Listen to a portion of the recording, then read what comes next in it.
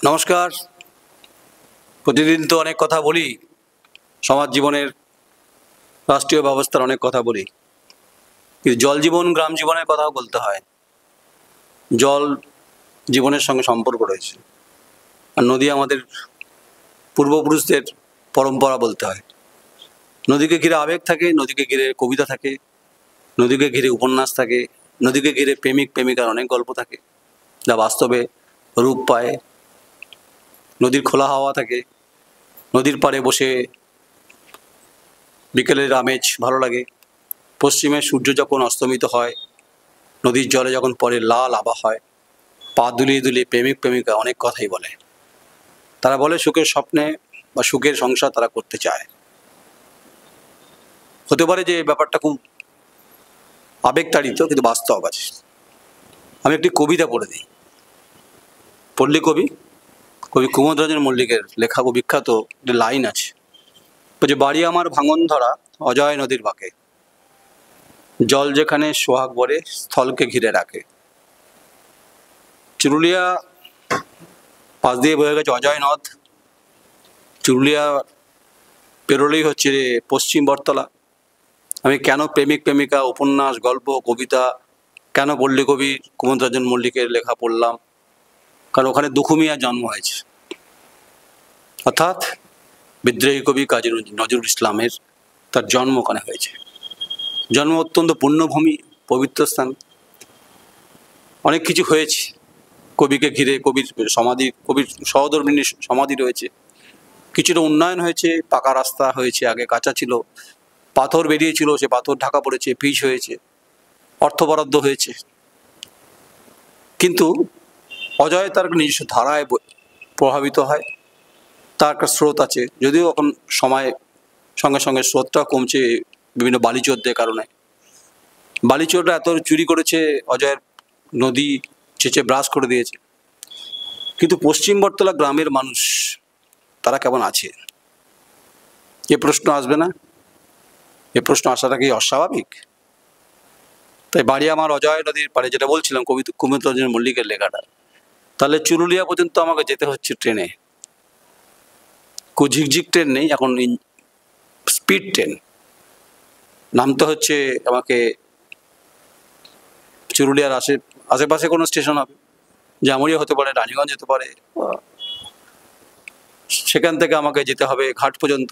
সেটা বাসের ব্যবস্থাও আছে, ভটভটি আছে, যাও কিছু আছে।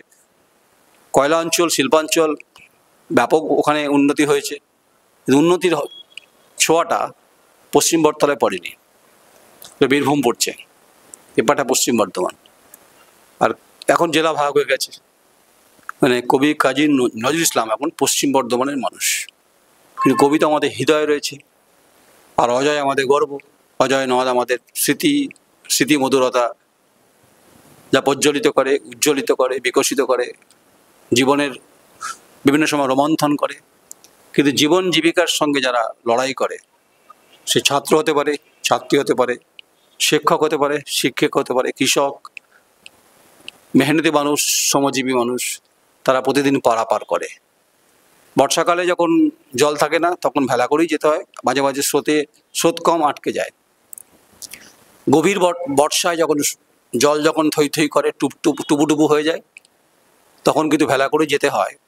আসলে আমরা এখনো চাঁদ সওদাগরের সেই পালতোলা নৌকার জমানায় নেই। আমরা নেই বেহুলা লক্ষিন্দারের সেই ঘটনায়। লক্ষিন্দারের বাসর ঘরে সর্বদংশনের পর তার মৃতদেহ নিয়ে বেহুলা কলার ভেলা করে ভাসতে ভাসতে বেহুলা তার স্বামীকে বাঁচানোর চেষ্টা করেছিল, শেষ রক্ষা হয়নি হয়তো।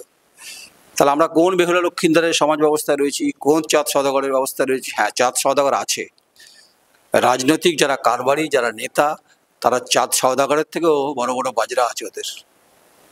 কিন্তু ব্রিজটা তৈরি করার জন্য অর্থ বরাদ্দ হলো না। শতাব্দীর এখনকার এমপি বোধহয় সম্ভবত বীরভূমে, আর এদিকের এমপি হচ্ছে সত্যগণ সিনহা।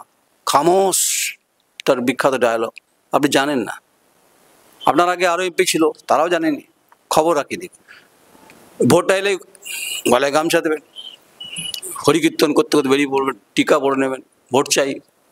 ওপারেও ভোট চাই, এপারেও ভোট চাই।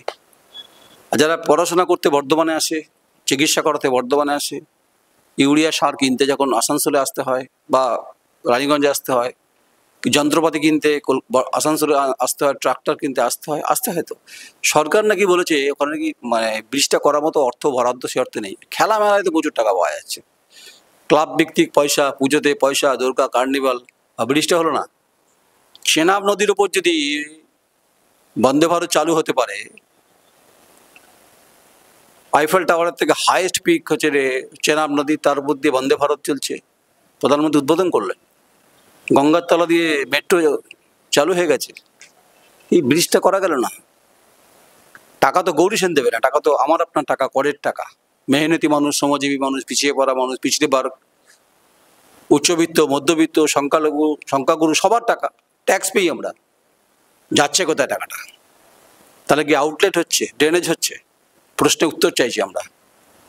ব্রিজটা কবে হবে আমার বাপ ঠাকুরদা বলতে পারছে না, আমরাও বলতে পারবো না, আমাদের পরবর্তী প্রজন্ম তারাও বলতে পারবো না। তাহলে ভোটটা খুব important. Politics is the possible industry. এই পসিবল ইন্ডাস্ট্রির উপত্যকায় অনেকে ফুল ফোটায়, সে ফুলে গন্ধ হয়, আবার সেই ফুল শুকিয়েও যায়, সেই শুকিয়ে যাওয়ার পর সেই ফুলে দুর্গন্ধ ছড়ায়। তাই পলিটিক্যাল যে বজ্র পদার্থ আছে না, যা দৃশ্যমান প্রবাহমান স্রোতের সঙ্গে সঙ্গে মিলিয়ে যায় কিন্তু গন্ধ থেকে যায়।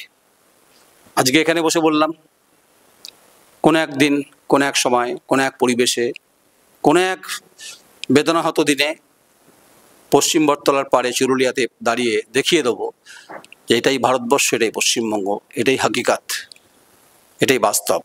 নমস্কার, আমি নয়ন রায়।